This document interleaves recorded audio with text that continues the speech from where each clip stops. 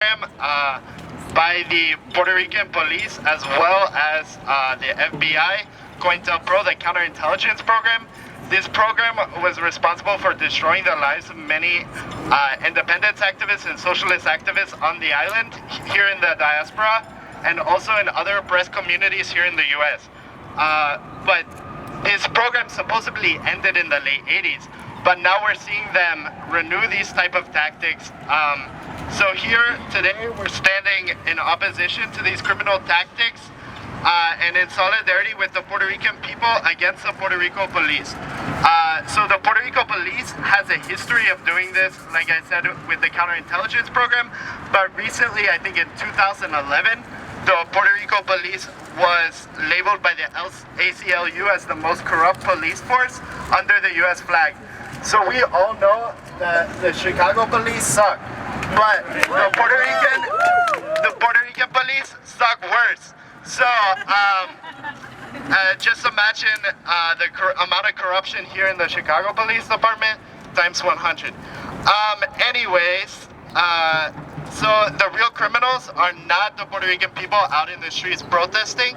The real criminals is the Puerto Rican government, the governor of Puerto Rico now, all of the past governors of Puerto Rico, regardless of their party, the vulture funds, the Fiscal Supervision Board, and the U.S. Congress, which with the exception of a few members, undemocratically imposed the Fiscal Control Board on the island. As you know, Puerto Ricans, as you probably know, Puerto Ricans don't have a right to vote for that Congress that imposed it on the island. So this is a blatant colonial act in favor of the Fiscal Control Board and the Wall Street banks behind the Fiscal Control Board. So today we're here because we're protesting that, but we're also here with some other organizations. So I'd like to read a list of the organizations present today. We have Anak Bayan Chicago, the Chicago Teachers Union Latinx Caucus, the Chicago Alliance Against Racist and Political Repression, the Chicago Dyke March, and the U.S. Palestinian Community Network Chicago. So we're united here because this is part of a larger political offensive by U.S. imperialism and the capitalist class against oppressed nationalities and colonized peoples. The tactics against protesters in Puerto Rico are inspired by the tactics used by U.S. imperialism abroad in the Philippines and Palestine. They are similar to the tactics used here in Chicago to repress and criminalize working class Black and Latino communities. Abajo con la Junta.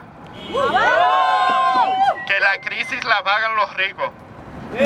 Viva Puerto Rico libre. Y socialista.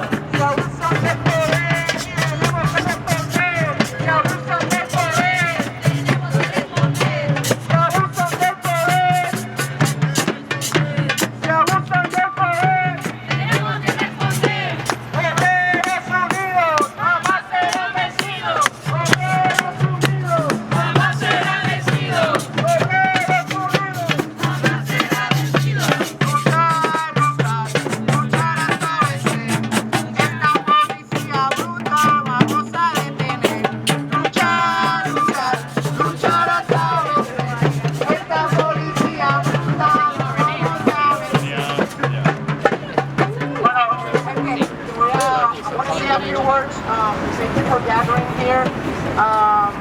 We just wanted to do a quick response for the actions and the repressive actions by the police in Puerto Rico the 1st of May. It was actually all orchestrated orchestrated by the police just to divide the march. That day, actually, tens of thousands of people took the streets, and the police orchestrated and planned to divide the march, specifically segregated two large sectors of the march and just caged them and repressed them like violently. They even run 4 miles away from the center of the action towards the university sector, Santa Rita neighborhood, and they actually went inside houses looking for activists they have identified even that day and days before in order to protest. So you see that profiling activists and people that are willing to stand up is still happening in Puerto Rico.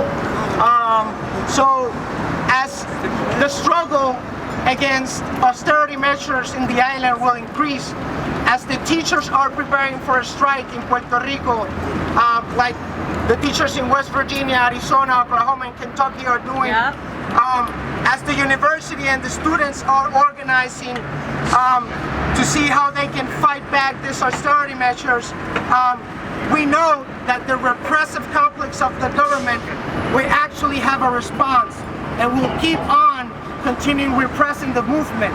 So our call here to all the people here that are present is just to try to build solidarity bridges with the movement and with the people in the struggle in the island. Because sometimes what happens with the people that are struggling on a daily basis, they don't get hurt. So that's one of the main reasons we are here. So that's, can you help people in Puerto Rico to raise their voice and be heard in every single corner here in the US or in the globe.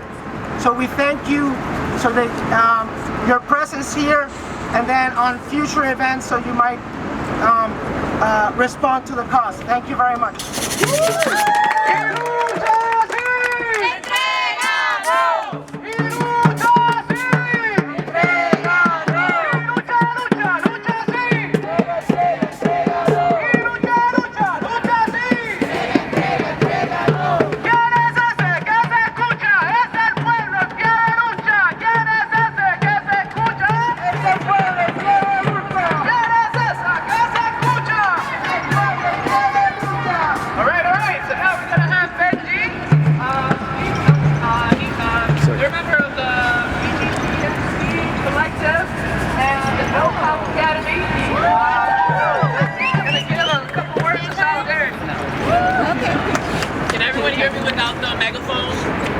Sure. Can everyone hear me now? Yeah. Okay, cool. Thank you so much. My name is Benji again. I'm here with the Black Trans and Gender Nonconforming Collective, the BTGSC Collective. And I'm also one of the many folks on the ground supporting the No Cop Academy campaign here in Chicago. Fighting the construction of a $95 million police academy on the west side.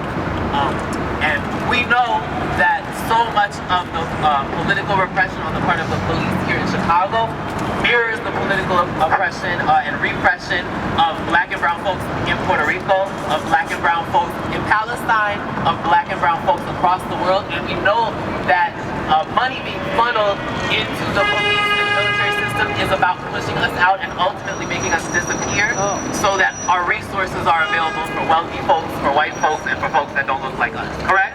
Yes. So I want to start us off with a quick chant that our young people do for the No Cop Academy campaign to let folks know that no matter what they do, we're not going anywhere.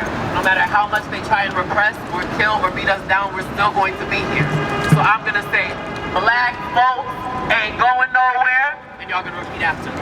Black folks ain't going nowhere. Brown folks ain't going nowhere. Queer folks ain't going nowhere. Trans folks ain't going nowhere. Undocumented folks ain't going nowhere. Women ain't going nowhere. Boricuas ain't going nowhere. Immigrants ain't going nowhere. Black youth ain't going nowhere. Brown youth ain't going nowhere. The teachers ain't going nowhere. The workers ain't going nowhere.